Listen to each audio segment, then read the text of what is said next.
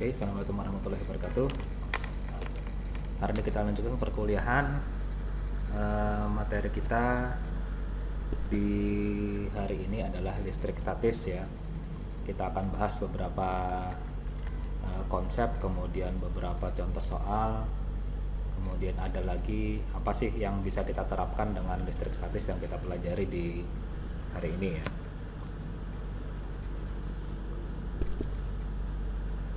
Listrik statis itu berawal mula ceritanya dari adanya muatan listrik ya. Seperti kita ketahui di pelajaran fisika atau di kimia, kita tahu bahwa suatu benda itu tersusun dari molekul-molekulnya, kemudian molekul itu tersusun dari beberapa atom. Ya, atom itu mempunyai konfigurasi tersendiri mirip seperti planet, seperti gambar di bawah ini ya.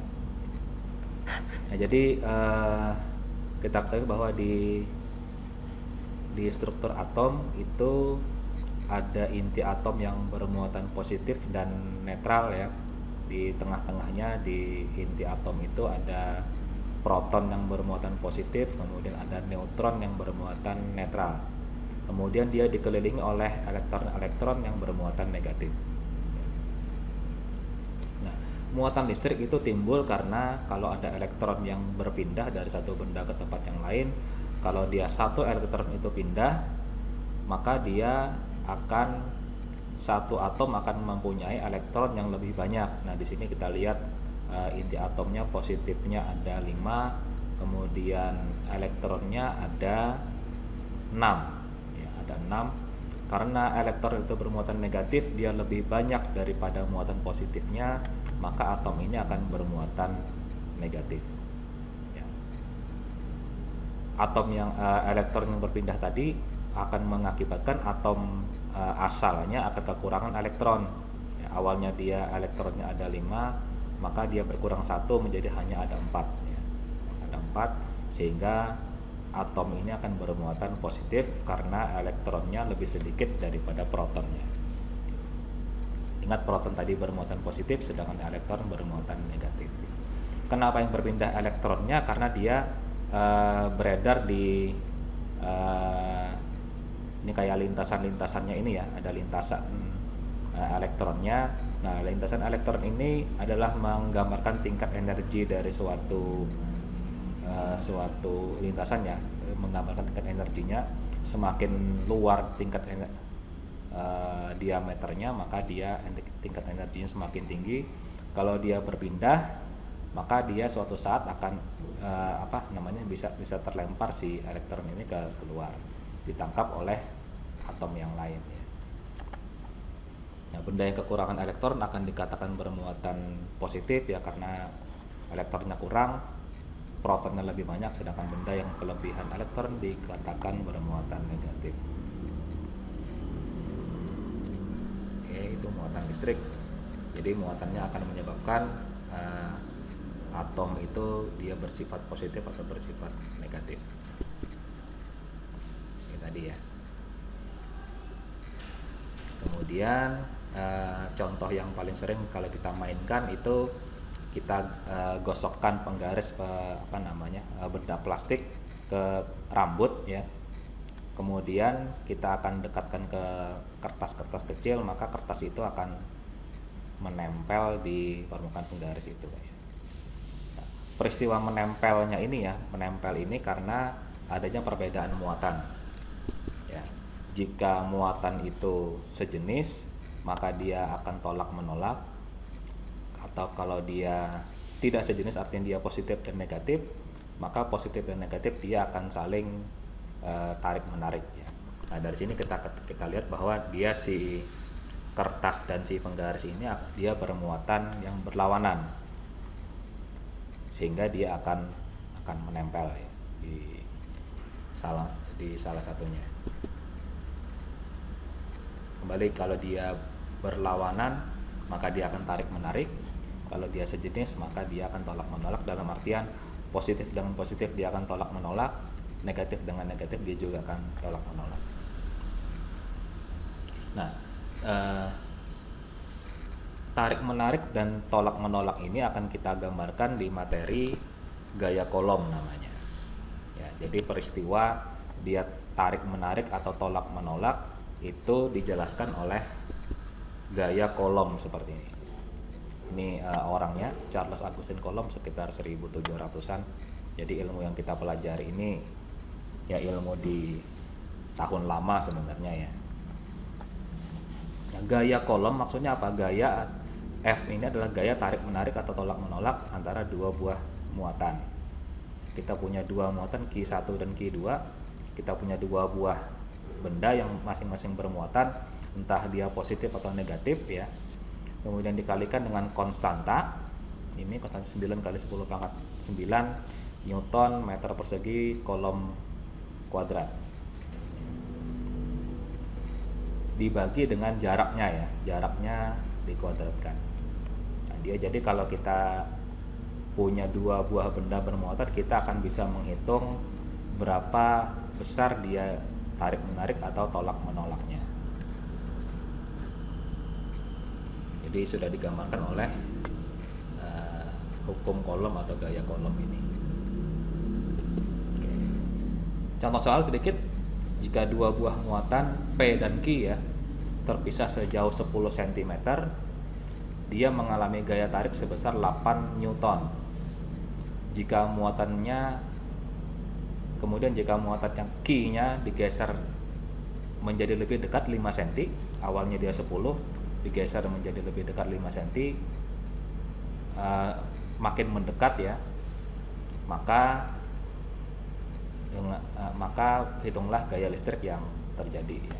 Muatan yang pertama P-nya bernilai 1 mikrokolom ya, 1 mikro itu 1 per sejuta atau 1 per 10 pangkat minus 6 kolom, dan K-nya sebesar ini, konstantanya sebesar ini.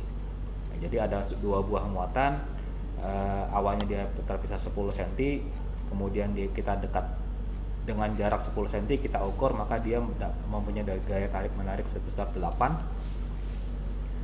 Kemudian jika dia didekatkan semakin dekat, maka kita bisa menghitung berapa gaya listrik yang terjadi ya.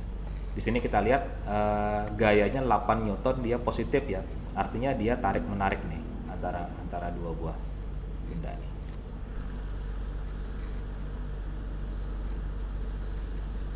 Oke ya, kita selesaikan. Diketahui jari-jarinya sebesar 10 cm. 10 cm itu kalau dalam pengerjaan fisika kita usahakan kita bawa semua ke satuan dasarnya ya. Kalau ini mikro, kita hilangkan mikronya menjadi ini 10 pangkat minus 6 kolom. K-nya sudah dalam meter. Nah sekarang cm ini harus kita jadikan meter ya. Harus kita jadikan meter. 10 cm itu sama dengan 0,1 meter ya. Karena 1 meter itu 100 cm, maka 10 cm 10 dibagi 100 itu 0,1 meter atau 1 kali 10 pangkat minus 1 meter. F-nya Newton, kalau sudah Newton tidak usah kita apa-apakan. Q-nya 40 mikro. Ya, 40 mikro. Mungkin tidak ada di soal tadi ya, diketahuinya. 40 mikro kolom ya, 40 mikro sama dengan 40 kali 10 pangkat minus 6, K-nya sekian. Nah, F-nya sudah kita dapat dari soal, F-nya ada, K-nya ini, K-nya ada, R-nya ada. Yang belum tahu adalah muatan yang kedua ya. Muatan yang kedua belum tahu. Jadi kita balik rumus ini, F sama dengan K dikalikan Q1 kalikan Q2 dibagi R kuadrat. R kuadrat sebagai pembagi dikalikan ke sebelahnya, jadi F kalikan R kuadrat ini, F kalikan R kuadrat. K-nya di sini pengali, pindah ruas sebagai jadi pembagi ya. Q1 kali pindah sini jadi bagi ya, kita menyisakan Q2. Dalam hal ini Q dalam titik P ya, kan tadi soalnya adalah P dan Q bukan 1 2. Tapi maksudnya adalah sama, muatan yang satu dan muatan yang kedua. Oke, jadi kita harus mendapatkan mencari muatan yang kedua ini berapa muatannya dengan cara membalik rumusnya. Jadi kita sisakan Q2 di sebelah kanan, R kuadratnya pembagi pindah ke kiri jadi kali ya. Jadi FR kuadrat, K dikalikan Q1 pindah ke kiri jadi ini dibagi K dikalikan Q. Ya, kita masukkan angkanya, F-nya 8, lalu R kuadratnya ini 10, 0,1 dikuadratkan ya, 0,1 dikuadratkan jadi 0,01 dibagi K nya ini 9 kali 10 pangkat 9.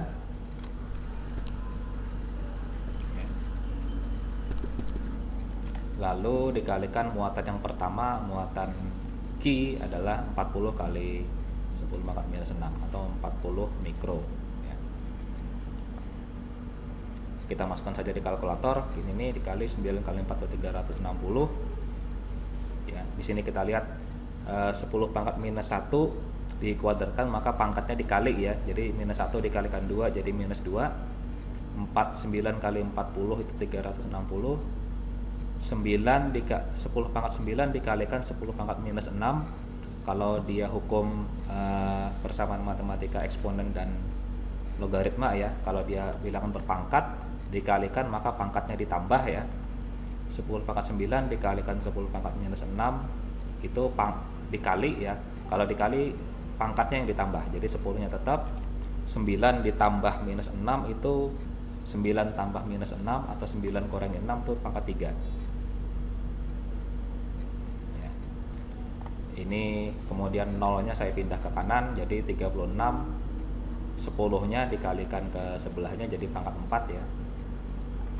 Nah sekarang 8 dibagi 36 itu ini 4,5 minus 2, 10 pangkat minus 2 dibagi 10 pangkat minus 4, bilangan berpangkat, pangkatnya dibagi maka dia berkurang ya, maka dia pangkatnya dikurangi, minus 2 dikurangi 4 jadi kita dapatkan minus 6 ya. Minus 2, 10 pangkat minus 2 dibagi 10 pangkat 4 jadi 10 dipangkatkan minus 2 dikurangi 4, 10 pangkat minus 6. Ini kita dapatkan muatan yang kedua. Yang pertama muatannya 10 kali 40 mikrokolom, yang ini 1/4,5 mikrokolom ya. Kita dapatkan muatan yang kedua. Lanjut kita masukkan ke rumusnya bagaimana gaya jika jaraknya dijadikan 5 cm. 5 cm itu 0,05 meter ya. Kita masukkan ke rumus ini, F sama dengan K dikalikan Q1 kalikan Q2 dibagi R kuadrat. K nya ini 9 kali 10 pangkat 9. Q P nya tadi yang kita cari 1/4,5 kalikan 10 pangkat minus 6. Kemudian muatan yang kedua 40 kali 10 pangkat minus 6 dibagi R nya dijadikan 5 ya. 5 kali 10 pangkat minus 2 kuadrat, karena rumusnya ini kuadrat ya. Kita hitung dengan kalkulator atau yang lain, kita akan dapatkan gaya sebesar 32 Newton. Yang awalnya dia 8, karena dia didekatkan maka dia akan mengalami gaya yang lebih besar ya, 32 Newton.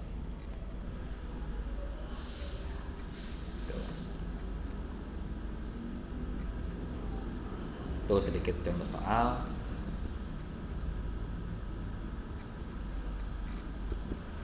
Ya, kemudian berikutnya adalah materi kita adalah medan listrik ya.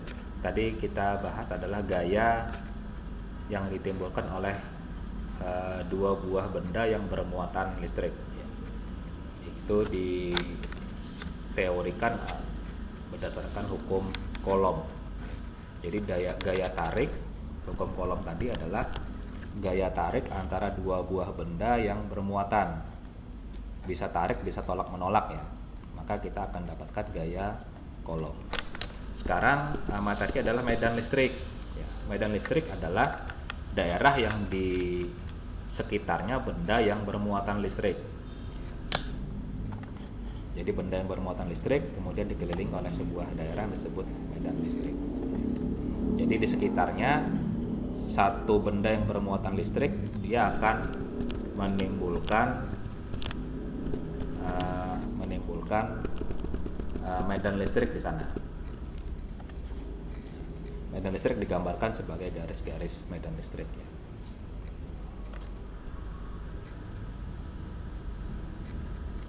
Nah, seperti ini.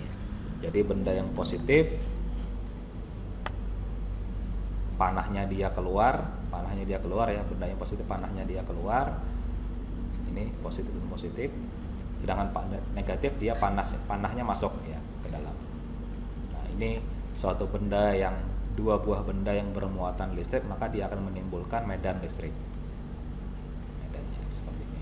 Kalau dia sama-sama positif, kita lihat dia akan saling tolak menolak dia panahnya ini ya.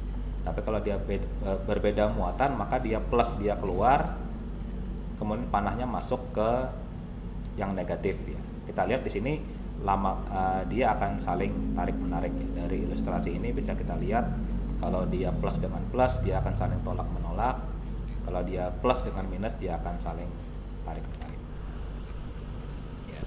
Kemudian apa yang digambarkan di garis medan listrik adalah garis medan listrik tidak pernah berpotongan, kemudian dari positif ke negatif ya. Kemudian tempat di mana garis medan listrik makin rapat dia akan menunjukkan medan listrik yang makin kuat di sini.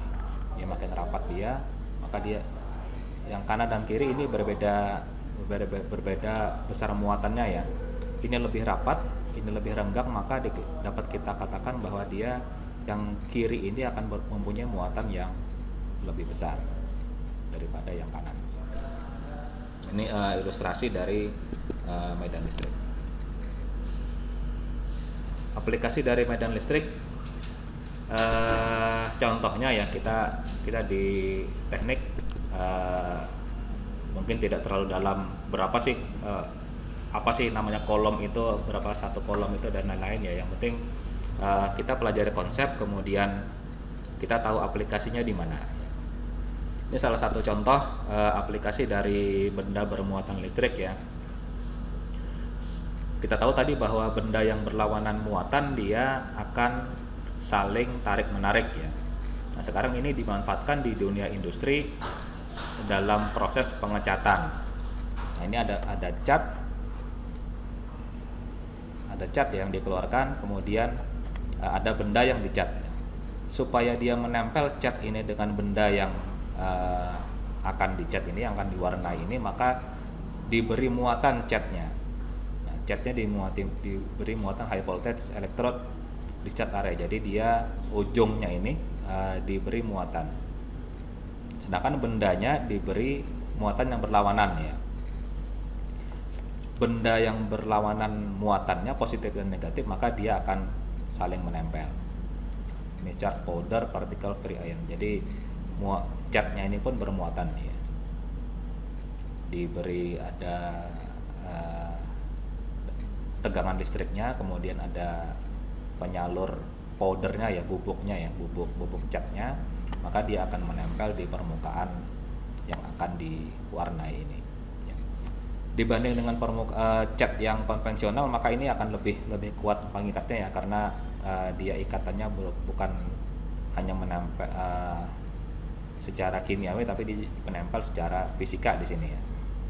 Dia akan menempel antara muatan positif dan negatifnya. Dia juga tidak akan terlalu tebal, karena dia kalau dia sudah netral ya, misalnya satu atom negatif akan ketemu dengan atom yang positif satu dengan satu ya, dia akan netral. Kalau dia tidak akan menumpuk antara satu negatif, tidak akan menempel dengan dua positif. Jadi ketebalan catnya pun bisa lebih merata dibanding cat yang biasa ya. Kalau kita pakai cat yang cairan, maka ada kemungkinan satu titik yang lebih tebal daripada titik yang lain. Ini salah satu aplikasi dari muatan listrik. Ada lagi yang baru di dunia industri pangan ya. Jadi untuk pengawetan makanan akan digunakan namanya, istilahnya adalah pulse electric field atau PEF. Jadi dia akan memberikan muatan listrik kepada makanan, susu dan sebagainya. Dia akan, ini salah satu contohnya adalah pengeringan ya, pengeringan stroberi. Ini buah stroberi. Awalnya dia seperti ini, kemudian diberi muatan listrik, dia akan pecah dia, membran selnya akan pecah di sini. Nah, di sini ada sel yang utuh, intact cell ya. Saat dia kritis, dia muatannya terpolarisasi ya, plus dengan minus ditarik oleh sama-sama. Ini selnya tadi ya, di dalam sel ada muatan positif dan negatifnya, ditarik oleh medan listrik. Dia akan saling tarik menarik sampai dia, kalau perbedaan energinya semakin besar, maka dia bisa pecah membran selnya, sehingga kandungan airnya bisa lebih cepat keluar. Jadi dia menggunakan energi listrik menginaktivasi mikroorganisme ya. Jadi kuman-kuman dari makanan bisa dipecahkan dengan metode pulse electric field ini. Pulse dia, jadi dia hidup mati itu ya. Pulse itu pulsa dia. Jadi dia sifatnya pulsa, dia bergelombang. Jadi listriknya tidak terus-menerus, tapi kadang hidup, kadang tidak. Pulse, dia berpulsa, bergelombang dia. Kadang tinggi, kadang rendah. Jadi dia bisa memecahkan sel dari, entah dari sel buahnya sendiri atau sel mikroorganisme. Ini teknologi baru yang dikembangkan, aplikasi dari medan listrik. Berikutnya materinya adalah potensial listrik. Potensial listrik itu kalau tadi gaya ya, gaya tarik menarik atau tolak menolak ya, si gaya kolom tadi, gaya tarik menarik atau tolak menolak. Sekarang namanya potensial itu adalah satu benda saja, bendanya cuma satu, Q ini, atau benda bermuatan. Dia akan potensial untuk menarik benda yang lain ya. Dia mempunyai potensi untuk menarik atau menolak benda yang lain dengan muatan yang lain. Nah, potensial listrik dilambangkan dengan V, K dikalikan Q dibagi R ya, ini potensial listrik. Jadi ilustrasinya, kalau suatu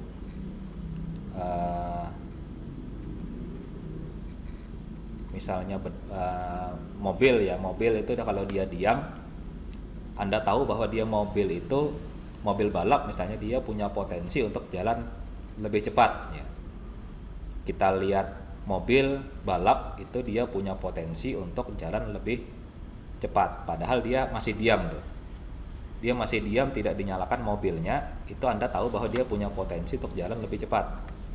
Anda lihat orang jalan kaki, akan beda potensinya dengan mobil balap tadi. Jadi potensial itu dia belum bergerak, belum punya aktivitas, Anda sudah tahu potensinya seperti apa.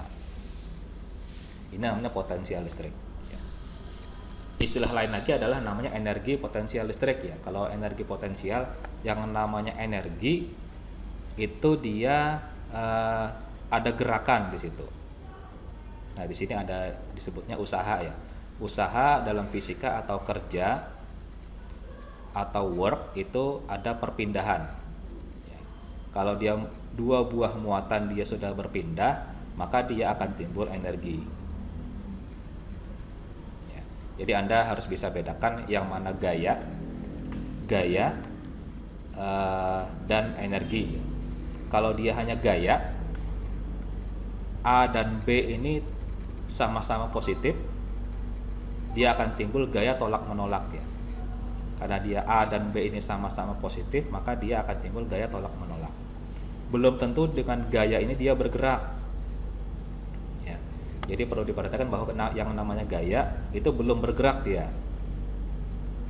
Belum bergerak dia. Atomnya cuma satu, atom A ini dia punya potensial untuk bergerak kalau dia diberi musuhnya, ya. Satu benda yang bermuatan A ini plus ini dia punya potensi untuk bergerak, dia punya potensial listrik di sini. Satu benda bermuatan A dia punya potensial listrik. Diberi lagi benda B yang bermuatan positif, ya. Dua benda ini keduanya punya potensi masing-masing. Kalau dia dipasangkan dua A dan B ini maka akan timbul gaya, entah dia tarik menarik atau tolak menolak, ya. Timbul gaya belum tentu dia bergerak, bisa juga dia A dan B ini ditarik lagi oleh atom yang lain, belum tentu bergerak dia. Misalnya A dan B sama-sama bertolak menolak, tapi di sini ada atom lain lagi yang mendorong misalnya, ya. A dan B ini kan dia gayanya ke atas ke bawah gitu ya, tolak menolak, tapi di sini diberi atom lagi yang lain lagi yang melawan.